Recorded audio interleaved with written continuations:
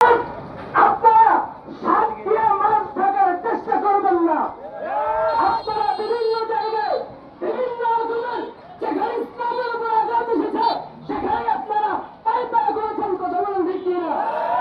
আজকে সরকারকে জানিয়ে দিতে চাই এই অপূর্ব পারের দৃষ্টান্ত শাস্তি এবং আমরা ফাঁসির দাবি করছি।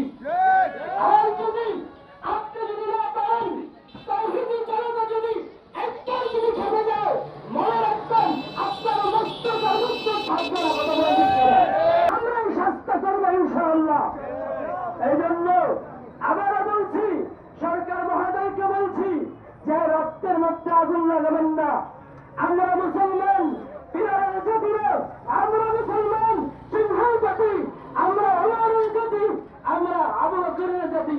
এজন্য আমরা সকলেই আজকে আল্লাহর কাছে দোয়া করব এবং প্রশাসনের কাছে এবং সরকারের কাছে বিনীত আবেদন যে এই অপূর্ব পারে দৃষ্টান্তমূলক শাস্তি আমরা কামনা করছি। আল্লাহ তাআলা আমাদের সকলকে তৌফিক দান করুন। আমিন।